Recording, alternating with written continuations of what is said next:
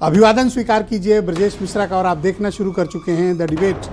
बहनों भाइयों, अब ऐसा प्रतीत होता है कि बीजेपी की राजनीतिक कमान और गांव-गांव और समाज के भीतर और विशेष तौर पर पिछड़े और दलितों के बीच जो ये नैरेटिव गया है संविधान और आरक्षण का, इसका मोर्चा अब आरएसएस यानी राष्ट्रीय स्वयंसेवक संघ संभालने जा रहा है। अब अपने शताब्दी वर्ष के कार्यकाल में आरएसएस पूरे देश भर में और विशेष तौर पर उत्तर प्रदेश में गांव-गांव कैंपेन करेगी और अपने मुद्दों पर जनता को जागरूक भी करेगी। ऐसा प्रतीत होता है कि दूरियां बीजेपी और आरएसएस के बीच की मिट गई हैं और अब आरएसएस मजबूती के साथ बीजेपी के साथ खड़ा हो रहा है। आज चर्चा इसी विषय पर। बहन भाइयों, लोकसभा के चुनाव के वक्त बीजेपी और आरएसएस में रिश्ते थोड़े असहज थे। बीजेपी उस वक्त ओवर कॉन्फिडेंट थी और वो ऐसा पोज कर रही थी कि उसे किसी की मदद की ज़रूरत नहीं है या उसे अपने मात्र संगठन से कोई ख़ास आइडियोलॉजी छोड़ के बाकी कोई वास्ता नहीं है। और ऐसा दिखा भी लोकसभा चुनाव के दौरान कि आरएसएस ने बीजेपी के लिए कुछ खास नहीं किया और बीजेपी भी उनसे कुछ एक्सपेक्ट नहीं कर रही थी। टिकट बंटवारे में भी आरएसएस को तो हलो भी नहीं किया गया, ऐसा बताया जाता है। कंफर्म सूचना नहीं है पर ऐसा बताया जाता है कि जो आरएसएस के खास लोग थे उनको दरकिनार किया गया। उदाहरण के लिए कानपुर जैसी सीटें भी उसमें सम्मिलित हैं जहां आरएसएस के लोगों को टिकट नहीं मिला। बहन भाइयों, इस बात में कितनी सच्चाई है कि जब ये रिश्ते असहज हुए तो ये दूरियां मिटी कैसे? आरएसएस और बीजेपी के बीच अब सब कुछ ठीक है, ये बताया जा रहा है। और इसको ठीक किसने किया था? अरुण कुमार अभी पिछले दिनों आपने देखा होगा कि दौरे पर आए थे। उस वक्त यूपी में सबकी बोली भाषा बदल गई थी, सब तारीफ करने लगे थे और कहने लगे थे नहीं, सरकार में सब अच्छा हो रहा है।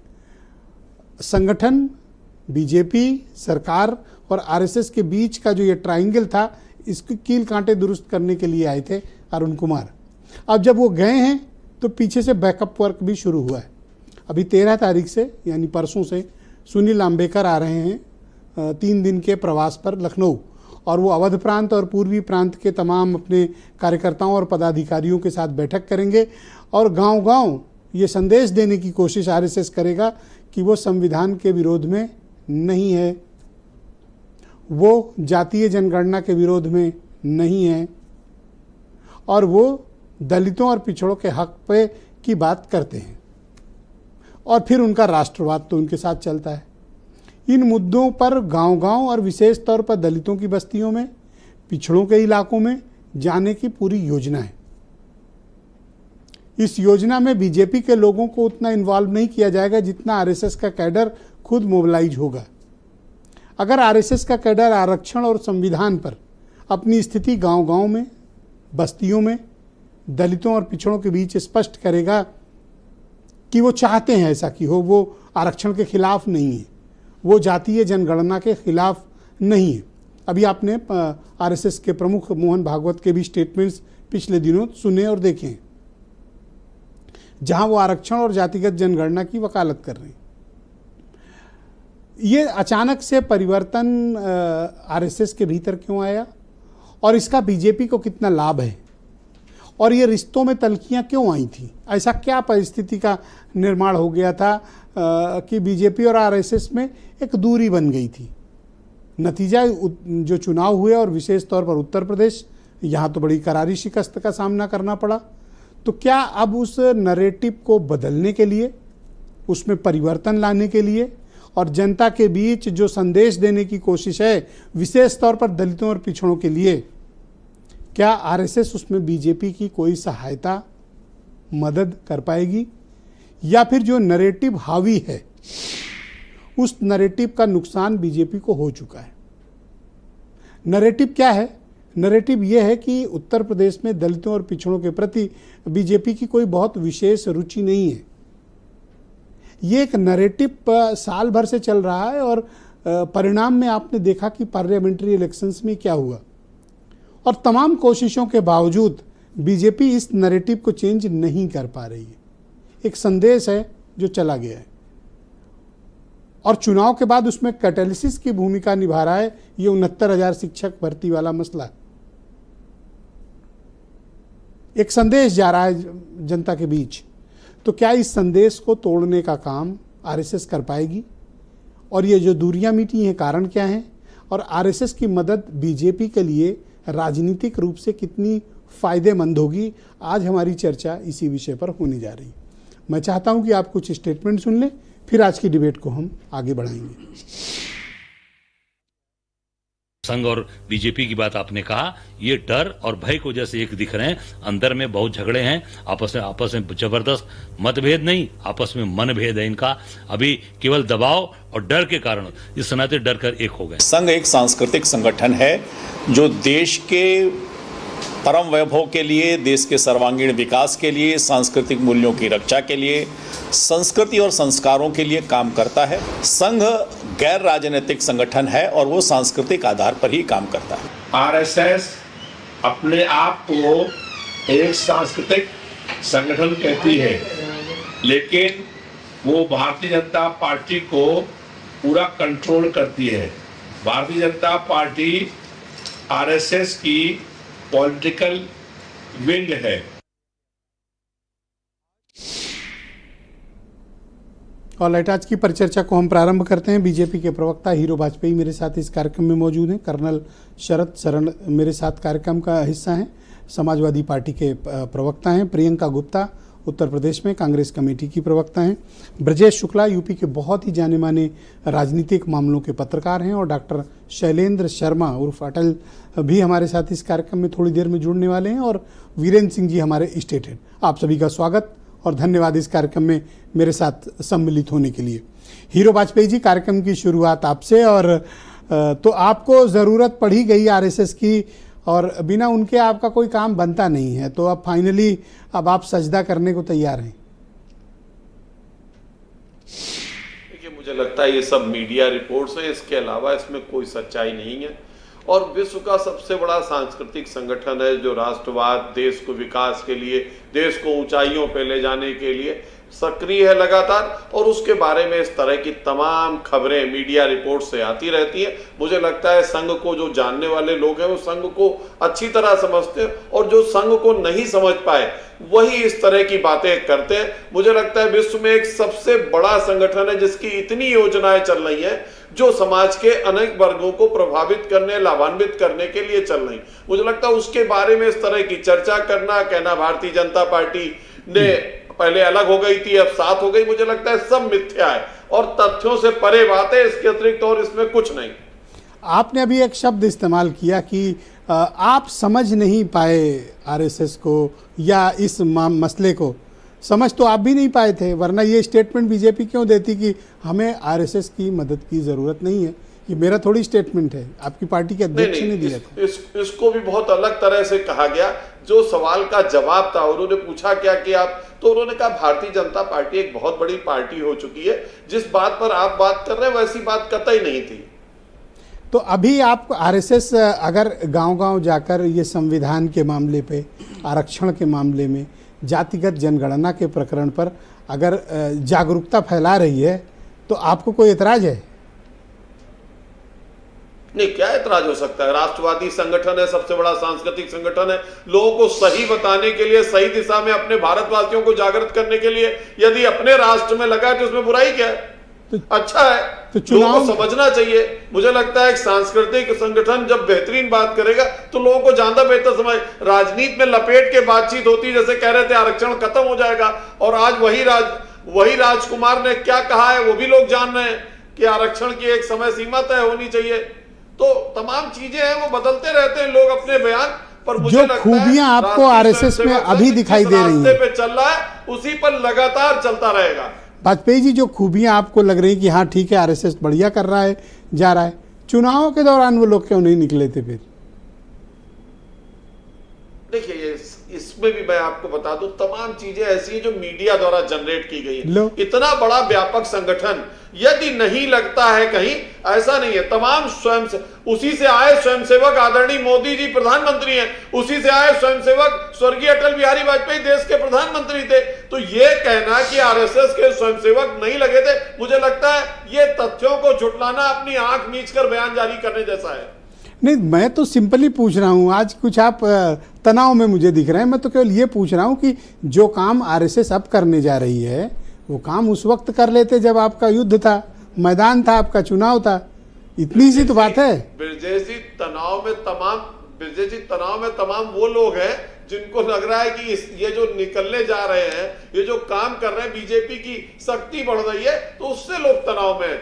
हम लोग ना पहले तनाव में थे ना आप तनाव में हैं। जिसने भी एक बार ध्वज प्रणाम कर लिया वो आरएसएस का स्वयंसेवक है। उससे बीजेपी, कांग्रेस, सपा जो जाए वो आरएसएस की विचारधारा को अगर मानता है तो आरएसएस में जा सकता है। इतना व्यापक संगठन है, सबको स्वीकार करता है, सब में स्वीकारता बनाना चाहता है, तो इसमें बुरी बात क्या है? तो बताइए ना क्या प्रोग्राम है आरएसएस का, आपको तो पता है, तो बता दीजिए सबको कि ये करने जा रहे हैं। देखिए, हम भारतीय जनता पार्टी के प्रवक्ता हैं। आप भारतीय जनता पार्टी का कोई कार्यक्रम मुझसे पूछेंगे, मैं उसके बारे में अवश्य बताऊंगा। ऐसा क्या है कि आप आज कट ले रहे हैं, कुछ बोलना नहीं चाहते हैं? कोई सवाल ऐसा औरत करे मैं तो क्यों बोलूं? नहीं, आज क्यों ऐसा कर रहे हैं आप? नहीं, ब्रजेश जी, आप जैसे जिस चैनल पे हेड है या जिस चैनल के मालिक है, उसी चैनल पे तो बोलेंगे। और उसके अलावा दूसरे चैनल पे मैं कहूं कि जी पे ऐसा हो रहा था, इसका फलाने पे ऐसा हो रहा था, तो आप कहेंगे भाई ये तो वही बताइएगा। तो अरे मात्र संगठन के बारे में पूछ रहा हूँ, भारतीय जनता पार्टी का प्रवक्ता, कोई कांग्रेस के बारे में थोड़ी पूछ रहा हूँ। तो मैं कह तो रहा हूं ना, मैंने कब कहा कि आप मात्र, मैं भी कहूं कि मैं मीडिया के बारे में पूछ रहा हूं, उसी का आप एक अंग है, तो आप कहेंगे नहीं भारत समाचार नहीं बताएंगे, नहीं रहे हैं आज, ये खुल नहीं रहे, जो भी कारण हो। मैं कर्नल शरद शरण को आमंत्रित करता हूं, समाजवादी पार्टी। ब्रजेश जी, आप दरअसल खोल रहे हैं, मैं जितना जानता हूं उतना आपको बता रहा हूं। नहीं, मैं समझ गया कि आप बच रहे हैं, कोई बात नहीं, दर्शक भी समझ गया, तो मैं कर्नल साहब को बुला लेता हूं डिबेट में। नहीं, बच नहीं रहे ब्रजेश जी, आपसे तो बचना ही पड़ेगा सबको। कर्नल साहब जी, तो आपका तो इन्होंने ठीक करने का इंतजाम आरएसएस से कर लिया है। आरएसएस एक बहुत ताकतवर संगठन है, अगर वो गांव-गांव पहुंच के आपका ये नैरेटिव तोड़ने में कामयाब हो गया कि संविधान वाला, आरक्षण वाला और ये जातिगत जनगणना वाला, जी, आपको चिंता नहीं हो रही है कि आरएसएस मैदान में आ रहा है? थोड़ा तनाव में दिख रहे हो आज, ब्रजेश जी। मैं अपनी बातचीत, हाँ, तनाव में हूँ, है ना? जी बिल्कुल, वो तो दिख ही रहा है। मैं अपनी बातचीत इस बात से शुरू करना चाहूँगा, इस विरोध को दर्ज कराते हुए शुरू करना चाहूँगा कि देश में चाहे सरकारें केंद्र में हो चाहे प्रदेश में हो, कम से कम मानव हत्याएं और फर्जी इनकाउंटरों के माध्यम से राजनीति ना करें, क्योंकि हमारा धर्म, संस्कार और संविधान बोलता है कि मानव हत्या महापाप है। और ये महापाप की काली स्याह छाया इतनी भयंकर होती है कि सगे संबंधियों में, परिवार में आने वाली पीढ़ियों पे उसका बहुत लंबे समय तक असर रहता है। मैं तो ये भी कहूँगा कि जिन्होंने भी ये महापाप किया हो, उनको चैन की नींद आए, उनका चैन का जीवन कटे। हालांकि संस्कार ये कहते हैं कि मृत्यु के बाद आत्मा को भी मुक्ति नहीं मिलती है। खैर, ईश्वर भला करे। मैं इस दुआ के साथ कहना चाहूँगा कि किसी गरीब की कोई प्राण ना ले, अपनी नौकरी के लिए, प्रमोशन के लिए, पैसे के लिए और राजनीति के लिए। तो तनाव में मैं हूँ। और दूसरा जो तनाव की आप बात कर रहे हैं, तो आज मुझे ये एहसास हो रहा है कि हमारे राष्ट्रीय अध्यक्ष जी अखिलेश जी लगातार जो बात कह रहे हैं, आज वो गली गली में लोग बात कर रहे हैं। उन्होंने लगातार कहा है कि थोड़ा समय दीजिए, भारतीय जनता पार्टी और संघ वाले गली गली घूमेंगे और बोलेंगे कि आरक्षण कोई समाप्त नहीं करने देगा, कोई भी सामाजिक न्याय के खिलाफ नहीं खड़ा। अच्छा, वो पहले ही बोल दिए थे? जी, बहुत पहले, और कई बार बोला है कि एक दिन भारतीय जनता पार्टी को और संघ को गली गली जाना पड़ेगा, हर दरवाजे पे जाके बोलना पड़ेगा कि हम आरक्षण नहीं हटाने देंगे, चाहे कुछ भी हो जाए। तो अब आप इनसे निपटोगे कैसे? कुछ नहीं करना है, अभी आगे खेल देखिए।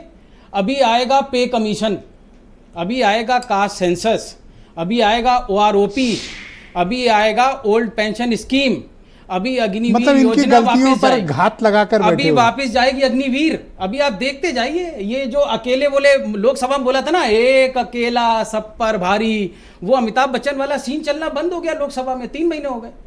अब ये गली गली जाएंगे, एक अकेला नहीं है, दुकेला जाएंगे। अकेले का टाइम खत्म हो गया। वो नड्डा जी को बोल दिया कि पर अगर आरएसएस सक्रिय होगी तो उनका कैडर बेस बहुत बड़ा है, अभी आपको अंदाजा नहीं है। मेरा व्यक्तिगत तौर पे मानना है कि आरएसएस वाले भारतीय जनता पार्टी से कहीं ज्यादा अपने मूल सिद्धांतों पे गंभीर हैं, इसमें कोई शक नहीं। मतलब क्योंकि जो उनके सिद्धांत हैं संघ के, जो दक्षिणपंथी विचारधारा है, संघ उस पर हमेशा टिक के रहती है। भारतीय जनता पार्टी में बीच में थोड़ा गरमाइश आ गई तो 400 पार पे पहुंचने लगे, तो वो थोड़ा शांति हुई, तब इनको ये समझ में आया कि संघ की विचारधारा को गंभीरता से लेना चाहिए। संघ वालों ने बड़े भाई चुनाव के दौरान नहीं मदद चलना की, चाहिए। चुनाव के दौरान तो मदद नहीं कर रहे थे, अचानक से एक्टिव क्यों हो गए? लड़का उदंड हो जाता है ना, तो थोड़ा पिटपिटा के आता है, तो लाइन पे आ जाता है, फिर वो पापा को पापा बोलने लगता है, हैं? पापा को पापा बोलने लगता है। जैसे अभी थोड़ी देर पहले हमारे साथी ने बोला ना, कहीं ना कहीं इनकार कर दिया। इनका ये भी सिस्टम है, कभी ये मम्मी बोलते हैं उसको, कभी नहीं बोलते हैं। कभी कहते हैं हम उनका आनुषंगिक संगठन है, कभी कहते हैं नहीं नहीं वो तो एक कल्चरल एक ऑर्गेनाइजेशन आउटफिट है, उनका अपना काम है, हम राजनीतिक नहीं है तो भाई। ये इनका- सीजन के हिसाब मैंने से देखा मम्मी भी पापा नड्डा जी बनाते हैं। अनुषंगिक संगठनों की बैठक थी, आप लोगों ने देखा होगा नहीं, कि लेकिन इसमें नड्डा जी मेरा उसमें बैठे थे भाई। इसमें मेरा गंभीर विरोध है। संघ खुद भी हमारे संविधान के तहत जो नियमावली है उसमें संघ कहीं पे भी कोई रजिस्टर्ड ऑर्गेनाइजेशन नहीं है। पर आप निपटोगे कैसे अगर वो इन मुद्दों को लेकर गए? तो आपका जो पीडीए वाला अभियान है वो तो बहुत बुरी तरह प्रभावित होगा। ये गली गली घूम रहे हैं, इनको कौन घुमा रहा है? आरएसएस वाले घूमेंगे, अरे बीजेपी नहीं घूमेगी। PDA और भाई ने तो घुमा रहा इनकार है। कर दिया, ब्रजेश जी। वाजपेयी जी ने मना कर दिया कि हमसे मतलब नहीं है। ये गली गली घूमेंगे, आरक्षण का गाना गाएंगे, पीडीए गवाएगा इनसे, तब तो जा रही है गली गली।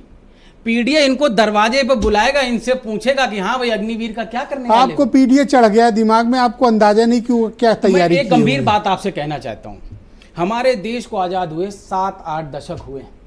हम एक नेसेंट इन्फेंट स्टेज की डेमोक्रेसी है। हमको 250 से 300 साल लगेगा। अमेरिका की आज़ाद हुए लगभग 300 साल हुए। मैं आज आपको बोलता हूँ इस धरा पे शायद कोई नहीं होगा, हम तो निश्चित नहीं होंगे उस समय, लेकिन जिस तरीके से ये यात्रा चल रही है, आने वाले वक्त में समाजवाद और सामाजिक न्याय नैसर्गिक भावना है इस देश की डेमोक्रेसी के लिए। आप आज से 50 साल पहले पीडीए की हालत देख लीजिए और आज देख लीजिए और कल्पना कीजिए कि अगले धन्यवाद। 50 साल में पीडीए कैसा होगा। बहुत धन्यवाद यही कर्नल समाजवाद आएगा, कोई नहीं रोक धन्यवाद। सकता। प्रियंका गुप्ता जी मेरे साथ मौजूद हैं। प्रियंका जी धन्यवाद आपका। मैं आपसे जानना चाहता हूं कि अगर आरएसएस इस तरह से एक्टिवेट हो रही है, जैसा कि 13 तारीख से उनका प्लान है और उनका शताब्दी वर्ष भी है जहां उनके अपने जन्म के इस संस्था के 100 वर्ष पूरे हो रहे हैं। चुनाव के वक्त आरएसएस एक बीजेपी से डिस्टेंस मेंटेन कर रहा था, हम सब ने देखा, पर अगेन वो सब अब उनकी दूरियां खत्म हो गई हैं, वो सब फिर से आ रहे हैं। और इस बार नरेटिव क्या है? संविधान, आरक्षण, जातिगत जनगणना। आपको लगता है कि आप लोगों ने चुनाव में जो माहौल बनाया था उसको नुकसान होगा?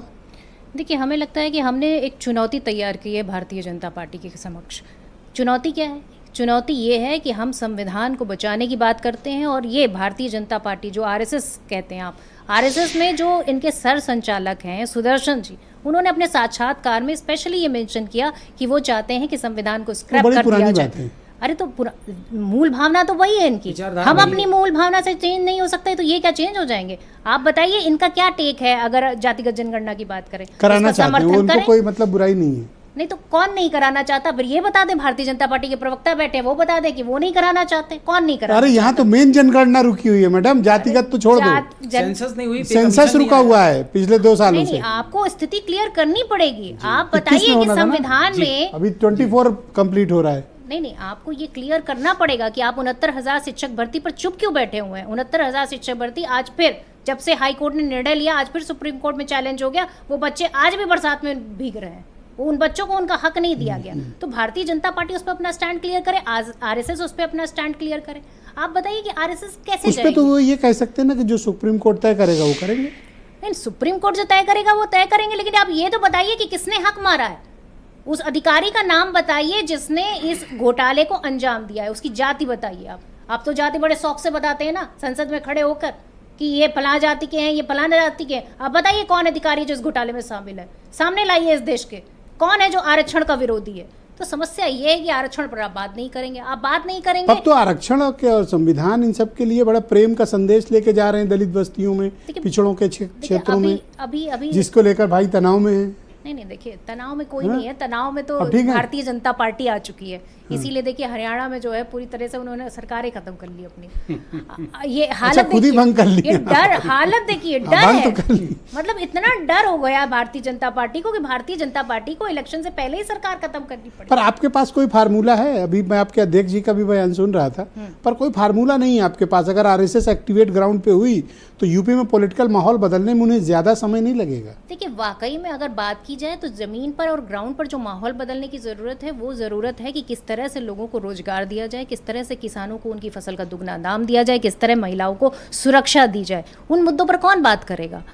ये क्या बात करेंगे आरएसएस जहाँ वाले जहाँ जाके? आपकी सरकार ये क्या है, वहाँ भारतीय दे जनता दीजिए, पार्टी इनको बात जवाब करेगी? दे दीजिए। 2024 में पूरी तरह से इनके कर दीजिए उन राज्यों में, जी? हिमाचल में कर दीजिए, कर्नाटक में कर दीजिए और दे दीजिए जवाब बीजेपी को नहीं तो कि हम पर ये फार्मूला है नहीं वहां तो आप कर नहीं रहे हैं। नहीं, हम तो कर ही रहे हैं। क्या नहीं किया हमने? भारतीय जनता पार्टी बताए ना कि केंद्र में उसकी सरकार डबल इंजन की सरकार है, फिर भी उनको कांग्रेस का इंजन उधार लेके अपनी ट्रेन चलानी पड़ती है। अरे ये तो हालत है भारतीय नगर जनता पालिका पार्टी तक की। इंजन है, इनके पास कई इंजन है। इनके पास जितने बहुत इंजन है है सब इनके फेल पास। हैं। हाँ। और पूरी तरीके से फेल नहीं होते तो ये बताइए 24 के चुनाव में ये क्या कह रहे थे कि हमें आरएसएस की जरूरत नहीं। आज आरएसएस इनकी जरूरत बन गया है। और फिर आप बताइए कि आरएसएस तो मणिपुर पर सबको किसने? मदद देने को तैयार है, मुझे लगता है आप भी एक उनके यहाँ। अरे नहीं भैया, उनकी उनसे विचारधारा मान और लो, हमारी विचारधारा एक में संगठन जमीन महामंत्री आसमान वो का आपके यहाँ भी अंतर है। भेज देंगे। नहीं, उनकी विचारधारा उनको मुबारक हो, हम तो चिमटे से छूना भी पसंद वो ना करें। रिसोर्स मोबिलाइज कर नहीं, देंगे। हम चिमटे से भी छूना पसंद ना करें आरएसएस को। क्या? हाँ, हमारी विचारधारा ये है कि हम सबको साथ लेने की विचारधारा के साथ ये चलते थोड़ा ज्यादा हो गया नहीं, नहीं? हमारी विचारधारा है चिमटे से भी नहीं? चिमटे से भी छूना पसंद ना करें, अरे चिमटे से भी। ठीक है, डॉक्टर शैलेंद्र शर्मा जी आ गए हैं मेरे साथ, आरएसएस से ही ताल्लुक रखते हैं, बहुत जाने माने विचारक भी हैं। शर्मा जी आपका स्वागत। और ये बताइए कि अचानक से आरएसएस एक्टिवेट हो गया। आज अखबारों में भी आपने खबर पढ़ी होगी कि सुनील अंबेकर जी आ रहे हैं, अब शताब्दी वर्ष मनाया जाएगा, गांव गांव आरएसएस के लोग जाएंगे, पांव पांव जाएंगे और ये आरक्षण वाले मसले पर स्थिति स्पष्ट करेंगे, संविधान के मसले पर अपनी स्थिति स्पष्ट करेंगे, जातिगत जनगणना पर भी लोगों को जागरूक करेंगे। तो ये आप अपने लिए कर रहे हो कि ये हीरो वाजपेयी के लिए कर रहे हो? देखिए, संघ की स्थापना वर्ष 1925 हुई, तो अब शताब्दी वर्ष 2025 में ही मनाया जाएगा। तो इसके पीछे कोई राजनीतिक हेतु देखना मुझे लगता है तर्कसंगत नहीं है। दूसरा विषय जो संघ के इस संपर्क अभियान को लेकर के है कि एजेंडे को लेकर के हैं, तो संघ तो अपने स्थापना काल से ही समाज में संगठन के लिए संपर्क के आधार पर, संवाद के आधार पर, लोगों से मिलकर के, शाखा के माध्यम से और अन्य प्रभावी कार्यक्रमों के माध्यम से समाज में सज्जन शक्तियों के संगठन का कार्य है। अब अगर देश में लोकसभा चुनाव होता तो लोग कहते हैं कि राजनीतिक कारणों से ये कार्यक्रम चल रहा है, विधानसभा का चुनाव होता तो कहते कि विधानसभा का चुनाव है इसलिए संघ की सक्रियता है। लेकिन इस समय थोड़ी सुकून की बात यह है कि कोई ऐसा महत्वपूर्ण चुनाव कम से कम उत्तर प्रदेश कोई में तो अभी सुकून नहीं की बात नहीं। विपक्ष का आरोप है कि बीजेपी को रेस्क्यू करने के लिए आ रहे हो। हम इस समाज को और इस सनातन राष्ट्र की सांस्कृतिक परंपराओं को संरक्षित और संवर्धित करने के लिए काम कर रहे हैं। उसमें किसी संगठन व्यक्ति को रेस्क्यू करने का एजेंडा ही नहीं रहता है। अब भारतीय जनता पार्टी एक राजनीतिक दल है और अपने कार्यक्रम, अपनी नीतियों के आधार पर उनको अपने पार्टी की विचारधारा के आधार पर कार्य करने की स्वतंत्रता है। भाई यही तो बीजेपी जिन्होंने कहा था कि हमें आपकी जरूरत नहीं है, अब आपकी जरूरत है उनको, और आप आ गए तुरंत उनकी मदद करने। प्रवक्ता के रूप में आपने बयानबाजी करने का अधिकार है। तो आप इस देश में सबको लोकतांत्रिक ढंग से। अटल जी, आप मेरे सवाल को इग्नोर कर रहे हैं बड़ा सिस्टमेटिकली।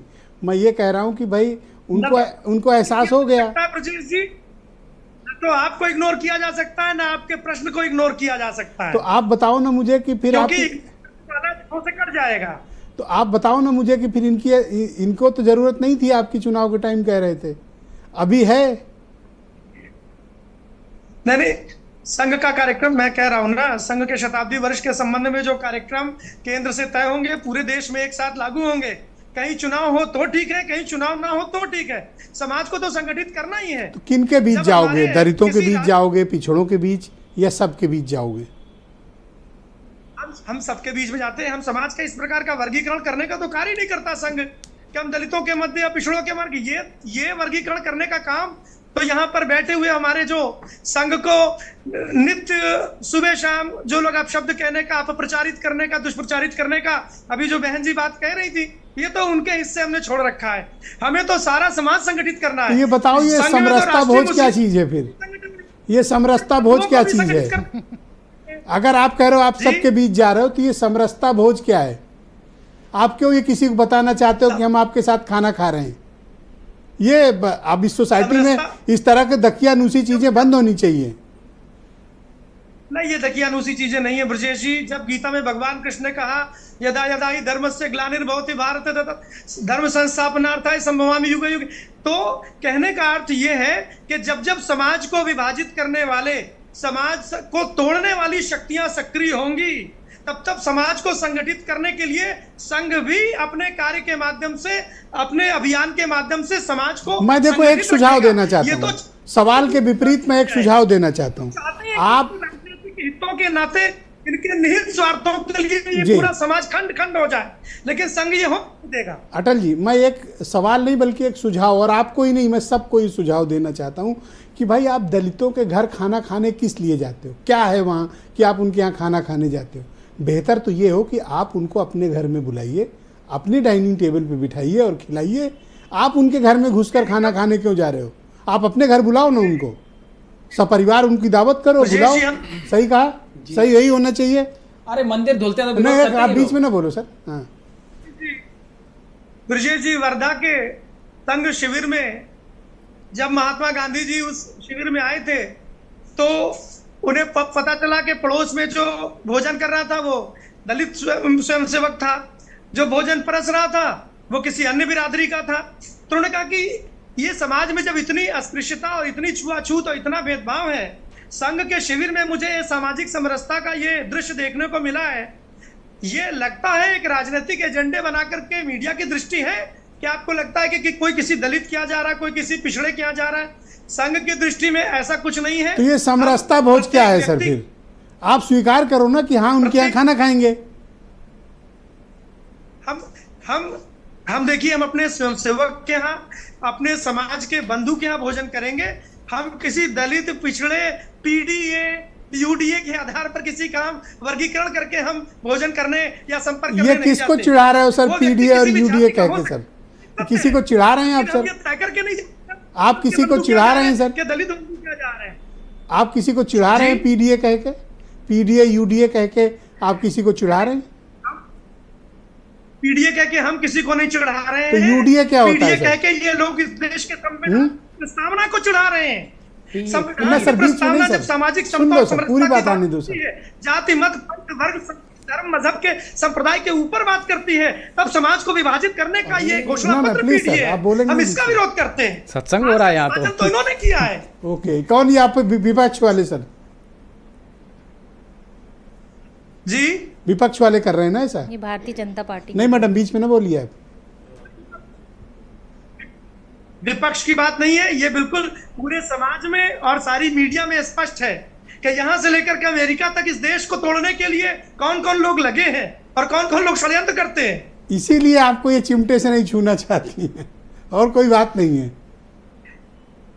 चिमटे से तो हमारे अटल जी ने जब 13 दिन की सरकार बनी थी तो 13 दिन की सरकार में अटल जी ने भाषण करके कहा था किसी भी पार्टी को तोड़ करके, मरोड़ करके या निचोड़ कर। सर वही तो काल यही डायलॉग है, आज तक चल रहा है वो काल यही है, हमेशा इस्तेमाल होगा। पार्टी संघ के स्वयंसेवक थे, संघ के प्रचारक थे। ओके, धन्यवाद आपका अटल जी, शुक्रिया। मैं ब्रजेश शुक्ला जी को इन्वाइट करता हूँ इस डिबेट में, बहुत ही जाने माने पत्रकार हैं। ब्रजेश जी धन्यवाद आपका। ये चुनाव के वक्त तो बड़ी दूरियां थी इन लोगों में, फिर अचानक से मैं देख रहा हूँ फिर मोहब्बतें और एक दूसरे की केयर और कंसर्न बड़े शुरू हो गए हैं। अभी अरुण कुमार जी गए, अब सुनील अंबेकर आ रहे हैं, और अब पता चल रहा है गांव-गांव जाएंगे, संविधान, आरक्षण, ये जनगणना, इस पर सब चर्चा करेंगे। अचानक से क्या हो गया सर?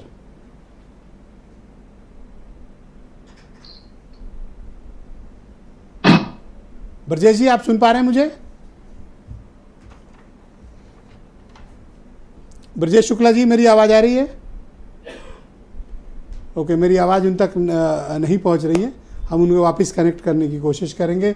हीरो वाजपेयी जी हमारे साथ जुड़े हुए हैं, बीजेपी के प्रवक्ता हैं, उनके बाद फिर हम बीरेन जी को भी इस चर्चा में सम्मिलित करेंगे। तो भाई पहले चरण में बात ये निकल कर सामने आ रही है कि अब आप स्वयं राजनीतिक रूप से उतनी सक्षमता के साथ लड़ाई अपोजिशन से नहीं लड़ पा रहे हैं, इसलिए आप अपनी मदद में आरएसएस को ला रहे हैं। देखिए, मुझे लगता है कि ये सब चीजें जिनको समझ में आ रही हैं, घबराहट है, जो एक भ्रम का वातावरण तैयार किया था वो तिलिस्म टूट गया है और उनके नेता और जो लोग हैं वो ऐसे बयान दे रहे हैं। तो मुझे लगता है उस घबराहट के कारण संघ का ये कार्यक्रम हमेशा चलता है, कोई नया नहीं है, और ये कार्यक्रम लगातार अनवरत चलता रहेगा, चलता जा रहा है, 100 साल से वो चलता रहेगा। और उस घबराहट से कि लगता है कि एक शक्ति है जो भ्रम मायाजाल क्रिएट किया था वो टूट जाएगा। और भारतीय जनता पार्टी भी सदस्यता अभियान पर निकली हुई है, वो भी इसी में लगी। मुझे लगता है हर घर तक पहुंचने की जो क्षमता राष्ट्रीय स्वयंसेवक संघ और भारतीय जनता पार्टी के कार्यकर्ताओं की है, वो किसी पार्टी के पास इस समय वर्तमान में नहीं है। तो भ्रम और मायाजाल जो फैला था आरक्षण और संविधान पे, वो बिखर जाएगा। उसीलिए ये सब हमला हो रहा है, उसीलिए ये सब स्टोरियां कुक हो रही हैं। ऑलराइट, तो मतलब आप मानते हैं कि अगर आरएसएस मैदान में आएगी तो इस तरह का जो आपके हिसाब से भ्रम फैला है वो भ्रम दूर हो जाएगा?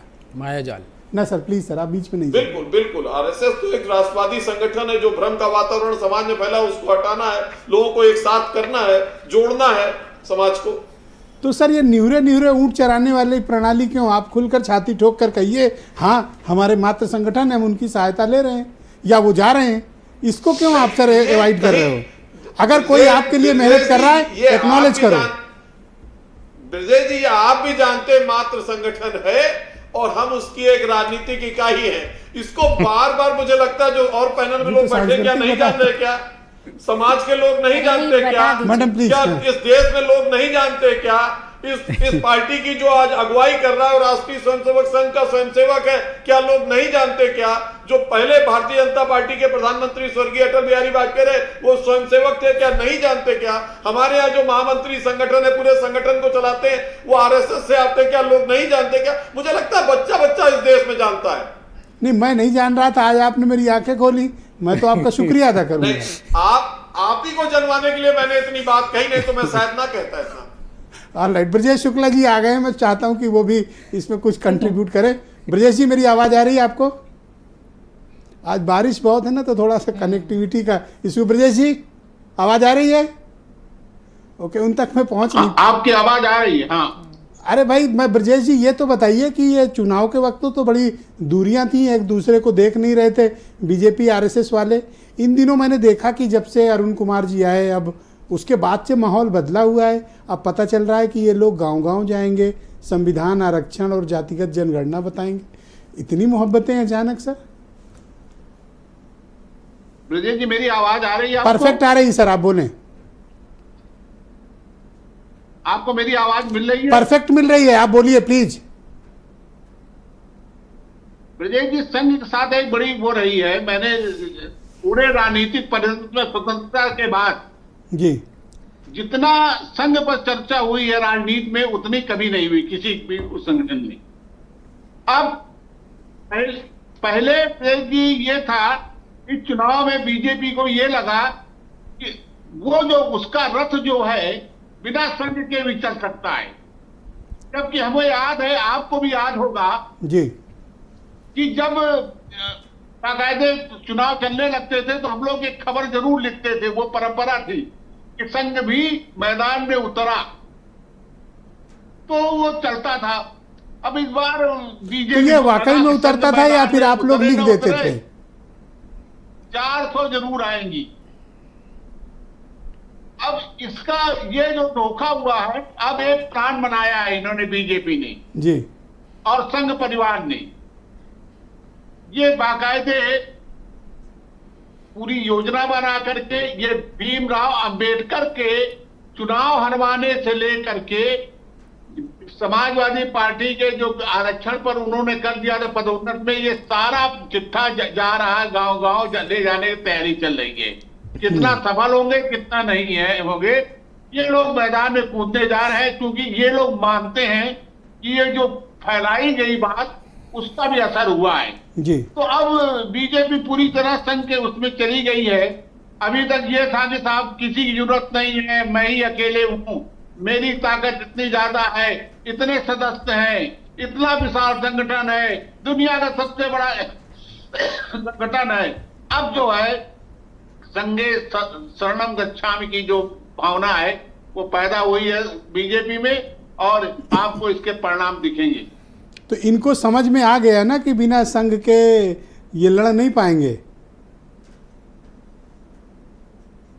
ब्रजेश जी, ओके, मेरी आवाज़ उन तक ठीक पहुंच नहीं रही, मैं वापस कनेक्ट करूंगा। वीरेंद्र जी भी आ गए मेरे साथ इस कार्यक्रम में। वीरेंद्र जी, मैं आपसे जानना चाहता हूं कि ये अचानक से ये दूरियां मिट गई, अब पता चल रहा है कि ये गांव-गांव जा रहे हैं, और अब थोड़ा प्राउडली वाजपेयी जी ने इस बात को स्वीकार किया, जो पहले राउंड में थोड़ा बच रहे थे, सेकेंड राउंड में उनका मतलब ये बात का उन्होंने स्वीकार किया और छाती ठोक कर किया। मैं तो अप्रिशिएट करूंगा, 25 मिनट में इन्होंने बदल लिया अपना स्टेटमेंट। वीरेंद्र जी। ब्रजेश जी, यूपी एक ऐसा राज्य है जहां पर भाजपा की हार की भरपाई देश के किसी अन्य राज्य से नहीं हो पाई है और ना हो सकती है जी। तो स्वाभाविक है कि इतने बड़े राज्य में अगर भाजपा हारी, उसकी सीटें कम हुई, उसका वोट बैंक कम हुआ, तो वो सारी लाख कोशिश के बावजूद हुआ।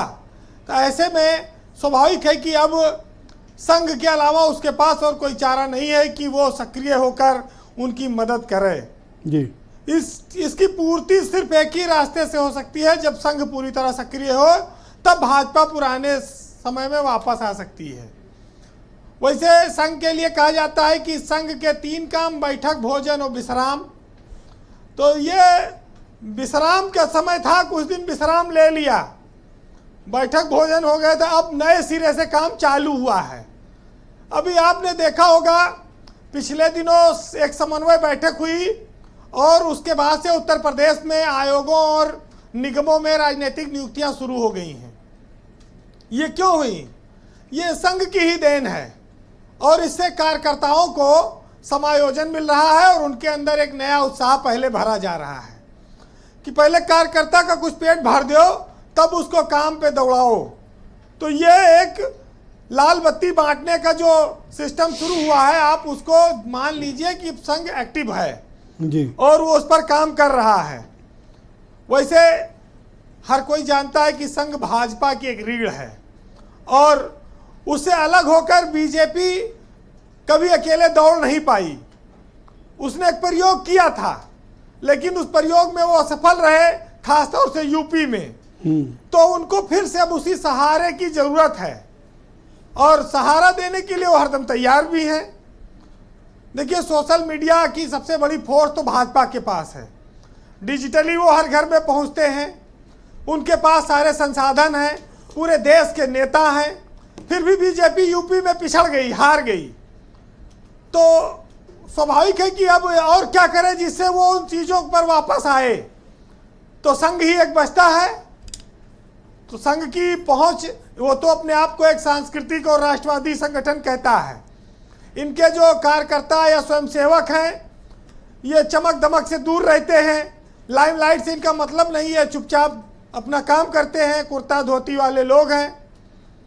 तो स्वाभाविक है कि इनकी ग्रेविटी ज़्यादा है, इनके अंदर पेशेंस ज़्यादा है। ये लोगों समाज में बैठकर धारा को बदलने की कोशिश करते हैं और धैर्य से काम करते हैं।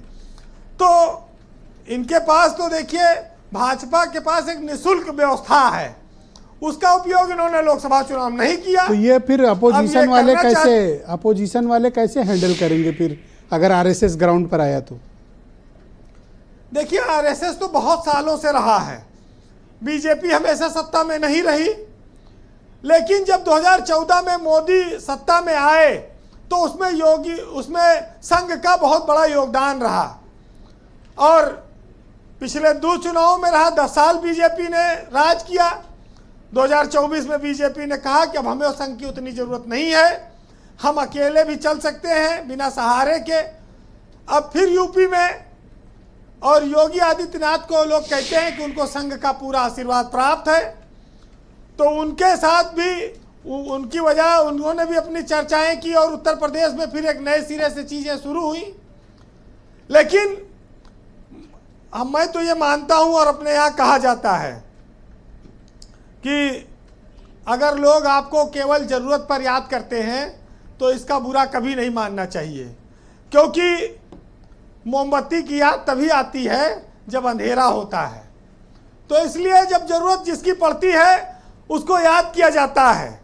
तो इस पर बहुत ज़्यादा मना करने की ज़रूरत नहीं है, लेकिन ये ज़रूर है कि सहारे जो होते हैं वो इंसान को कमज़ोर करते हैं। संगठन के लिए भी यही बात लागू होती है जी। अपने दम पर जो लोग आगे बढ़ते हैं वो अपनी ताकत के बल पर वही कुछ नया इतिहास रचते हैं। लेकिन सियासत में हर कोट सही नहीं बैठता है, बहुत सारे वाक्य आते जाते रहते हैं। कुमार विश्वास का एक शेर है 4 लाइन का, सुनिएगा कि कोई पत्थर की मूरत है और किसी पत्थर में मूरत है, लो हमने देख ली दुनिया जो इतनी खूबसूरत है, और जमाना अपनी समझे पर मुझे अपनी खबर ये है कि मुझे तेरी ज़रूरत है, तुझे मेरी ज़रूरत है। वाह, बहुत बेहतरीन, बड़ा मौजूद आपने बात कह दी वीरेंद्र जी, बहुत बहुत शुक्रिया आपका, धन्यवाद हमारे साथ जुड़ने के लिए, ग्राउंड जीरो से अपनी फीडबैक, ओपिनियन और पॉलिटिकल ऑब्जर्वेशंस हम तक पहुंचाने के लिए। बहनों भाइयों, हम ऑलरेडी इस कार्यक्रम के दूसरे चरण में हैं और मेरे साथ समाजवादी पार्टी के प्रवक्ता कर्नल शरद शरण जी मौजूद हैं। कर्नल साहब, बीजेपी ने तो अब स्वीकार कर लिया, अब तो आपको वाकई में चिंता करनी चाहिए। अभी तक पहले राउंड में एक्सेप्ट नहीं किया, पर दूसरे में बड़ा खम ठोक के उन्होंने कह दिया। थोड़ा तनाव में था ब्रजेश जी, तनाव खत्म हो गया। तनाव खत्म हो गया। क्या कौन सी दवाई खा ली? मैं सोच रहा था कि इतने दिन बैठा कोई अरुण कुमार जी गोरखपुर में 2 दिन कमरे में पता नहीं क्या गपशप करके आए, सब कुछ ठीक हो गया। पहला झटका उन्होंने दे दिया कि बटोगे तो कटोगे, तो मैं समझ गया कि ये कुछ ज़्यादा मंत्रणा हो नहीं पाई, बची खुची आज निपटा दी। भारतीय जनता पार्टी के प्रवक्ता लगातार जो बोल रहे हैं वो ये बोल रहे हैं कि ये भ्रम था, ये माया जाल था। क्या? जब आप भ्रम और माया जाल बोलते हैं तो आप उत्तर प्रदेश की 90% आबादी की जन आकांक्षाओं पे अट्टहास करते हैं, रावण का अट्टहास। और अगर आप इसी तरीके से भ्रम और माया जाल बोलते रहे तो यकीन मानिए आपके जो झोला टांग के गांव में दरवाजे पे लोग जाएंगे, और उन्होंने अगर कहीं धोखे से भी ये बोल दिया कि विपक्ष ने भ्रम और माया जाल में आपको फंसाया है, हम आपको आज़ाद करने आए हैं, तो वो आपको 400 मीटर दूर तक गाँव से छोड़ के आएंगे। 400 तो समझते ही होंगे, 400 मीटर दूर छोड़ के आएंगे। देखिए, बदलता देश है, पीडीए के बाल बच्चे अब कहीं बेहतर शिक्षित हैं, बेहतर स्थापित हैं, उनकी आकांक्षाएं आपके बराबर हैं, सचिवालय और मंत्रालय के बराबर हैं। अब वो सिस्टम नहीं चलेगा कि आप उनको जाएंगे, समझाएंगे, कभी घंटी बजा देंगे, कभी पुलवामा के नाम पे मांग लेंगे। ये कहते हैं कि आप जब इस तरह की बात करते हो तो समाज को विघटनकारी ताकतें सक्रिय होती हैं, समाज को बांटते हुआ। नहीं, ये तो जोड़ने निकले हैं। हाँ? अभी तो बोला है हमारे संघ के महाशय ने बोला है कि हम तो समाज यही में तो कहा, बटेंगे तो कटेंगे, मतलब एक हो जाओ। वही कटेगा कौन? अगर नहीं बटेंगे तो कटेगा कौन? मुझे क्या पता। तो वही तो पीडीए को पता है, पीडीए को यही बात तो पता है कि नहीं, आप कटेगा तो मतलब नहीं समझे हैं। मैं समझ गया, आप नहीं समझ पाए। अरे गांव गली में जाके आप पूछिए, पीडीए ने इनका नारा अपने यहाँ कॉपी में लिख लिया है। कौन सा वाला? और एक दूसरे को फोन करते हैं 1500 रुपए के पुराने मोबाइल से, बोले भैया समझ लो बाबा जी का बोले हैं। बोले का बोले हैं? बोले पीडीए बटेगा तो कटेगा।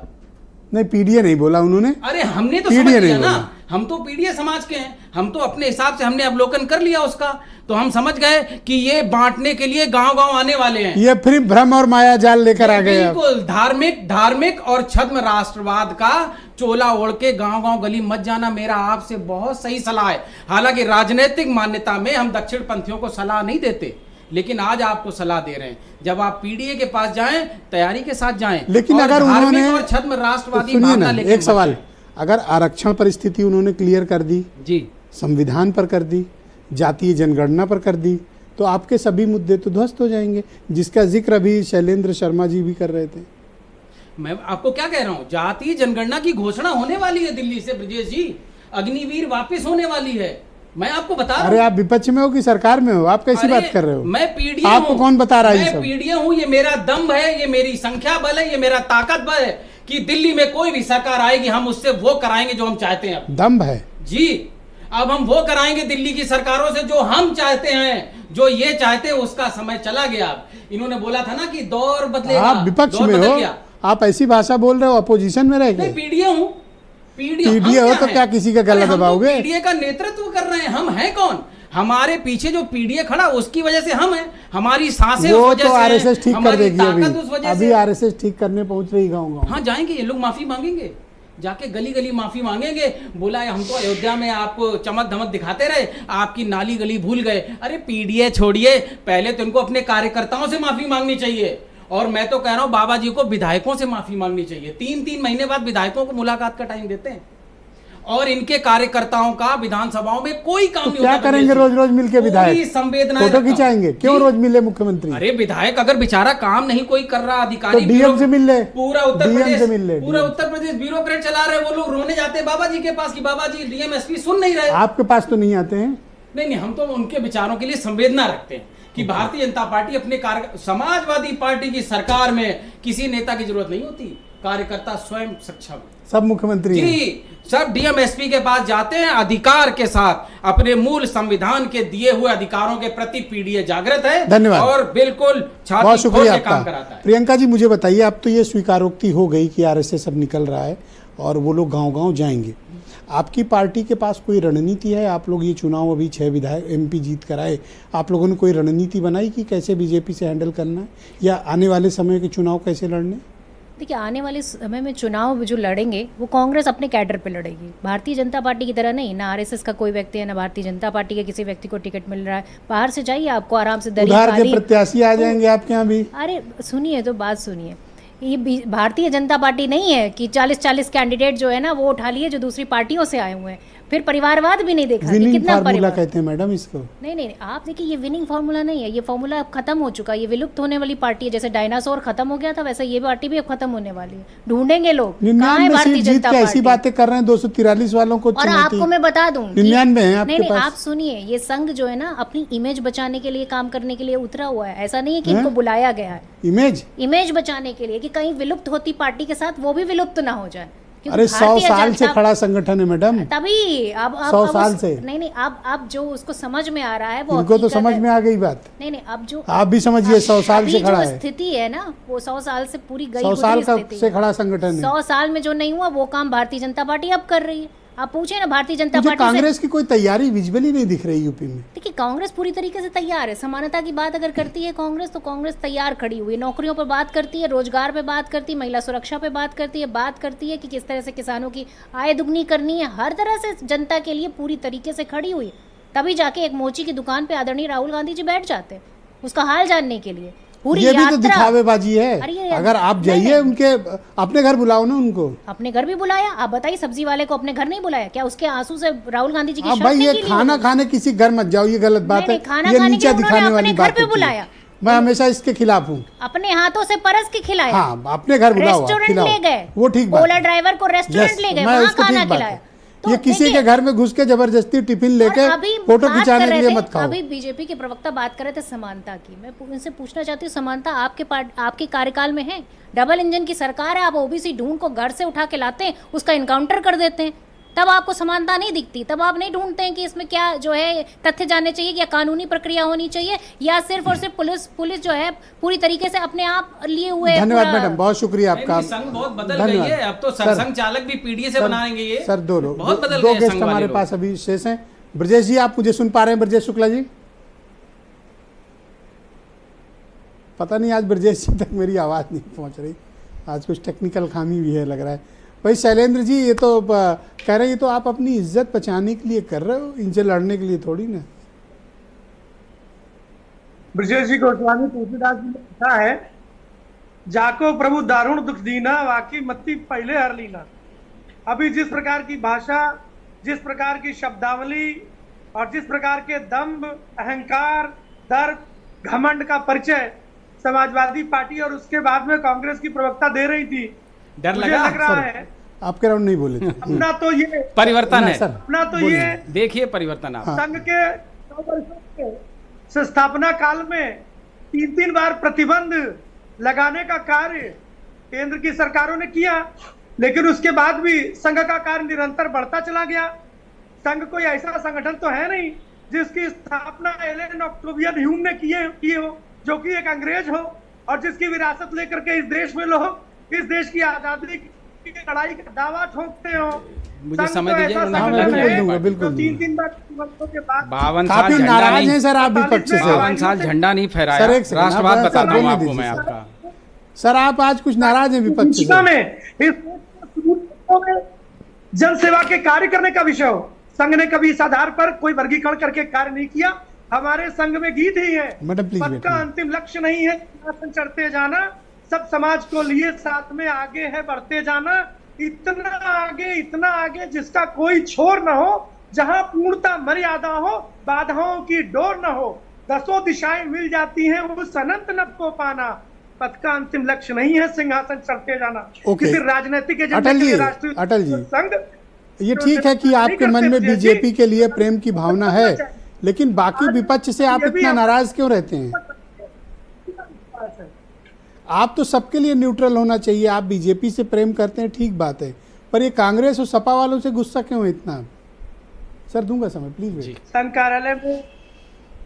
कार्यालय में क्या मैं आपको बताऊं कि कांग्रेस के, समाजवादी पार्टी के, अन्य दलों के, महाराष्ट्र की पार्टियों के कौन कौन से नेता मिलने आते? सर फोटो खींच के डालो सर, एक सेकंड सर रुक जाओ सर, दूंगा समय, वायदा आपसे सर। संघ के संपर्क में सभी लोग आते हैं। हमारी संपर्क टोली ने तो दिग्विजय सिंह जी से भी भेंट की, हमारी संपर्क टोली ने तो शरद पवार जी से भी भेंट की, हमारी संपर्क टोली ने तो छगन भुजबल जी से भी भेंट की, हमारी संपर्क टोली ने तो स्टालिन जी से भी भेंट की, हमारी संपर्क टोली ने बंगाल में ममता जी से भी भेंट की।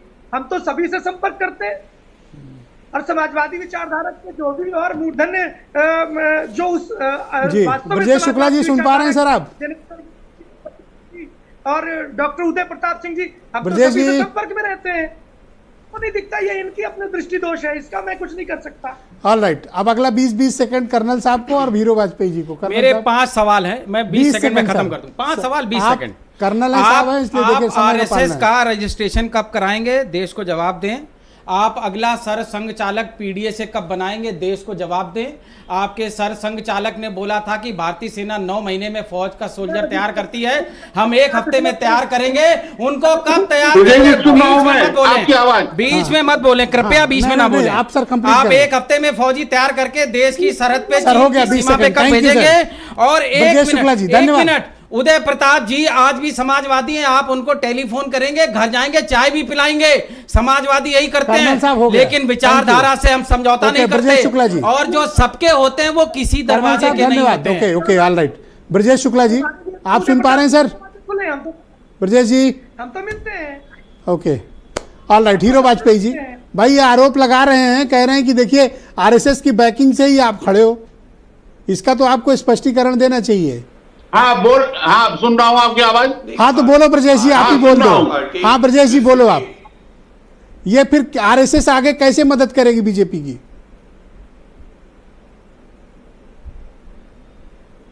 आज Brajesh ji okay, Vajpayee ji go ahead please. हाँ, ये जो वास्तव में एक बात तो मानना पड़ेगा आपको जी कि आरएसएस की बैकिंग बड़ी है, इसमें कोई दो राय नहीं। बैकिंग उनकी बड़ी है, बड़े वो हमेशा कहते रहते हैं, आप कभी भी उनसे पूछिए, कहते हैं कि गैर राजनीतिक संगठन है आरएसएस। लेकिन वो लेकिन आप केवल यही नहीं कह सकते कि बीजेपी को ही। 1984 में इसी संघ ने इंदिरा गांधी की हत्या के बाद उन्होंने बाकायदे कांग्रेस का समर्थन किया था, बाकायदे कहा था इसमें। तो इस तरह के पीले कई बार आए हैं, इसमें बदलाव भी हुआ है जी। लेकिन संघ परिवार का एक राजनीतिक जो घटक है वो बीजेपी ही है, और बीजेपी आप तो बिल्कुल साफ हो गया सर। मदद करते हैं। आप जितना देखते हैं कि पर्चा बांट रहे हैं, लोगों के घर जा रहे हैं, उसमें बीजेपी का बहुत महत्व है, वो संघ का बहुत महत्व है। संघ के कार्यकर्ता जो है घर घर जाते हैं। धन्यवाद ब्रजेश जी, मदद मिलती है। इस बार इसकी जगह ये चूक खा। धन्यवाद। हाँ Vajpayee ji 20 second sir. Hero Vajpayee ji आप कंटिन्यू कर सकते हैं, बोलें। मेरा ब्रजेश जी कहना है कि भारतीय जनता पार्टी विश्व की सबसे बड़ी पार्टी और यहाँ भी सबसे बड़ा राजनीतिक दल है, और हमारी लोकप्रियता भी है। ये आंकना कि भारतीय जनता पार्टी कमजोर हो चुकी है, नहीं, मुझे लगता है संगठन में शक्ति होती है, और जो भी संगठन हमारे साथ हैं या जो हमारी मातृ शक्ति है वो जब भी जुटेगी हमसे, हमको बहुत बहुत धन्यवाद करेगी, और इस बात पे पूरा बल है, और मुझे लगता है लोगों को घबराना भी चाहिए। बहुत शुक्रिया, मैं आप सभी का बहुत आभार प्रकट करता हूँ। बहुत बहुत धन्यवाद, बहुत बहुत धन्यवाद, बहुत शुक्रिया, बहुत बहुत धन्यवाद सर। और बहनों भाइयों आप सबका भी बहुत शुक्रिया इस कार्यक्रम को देखने के लिए। धन्यवाद, नमस्कार।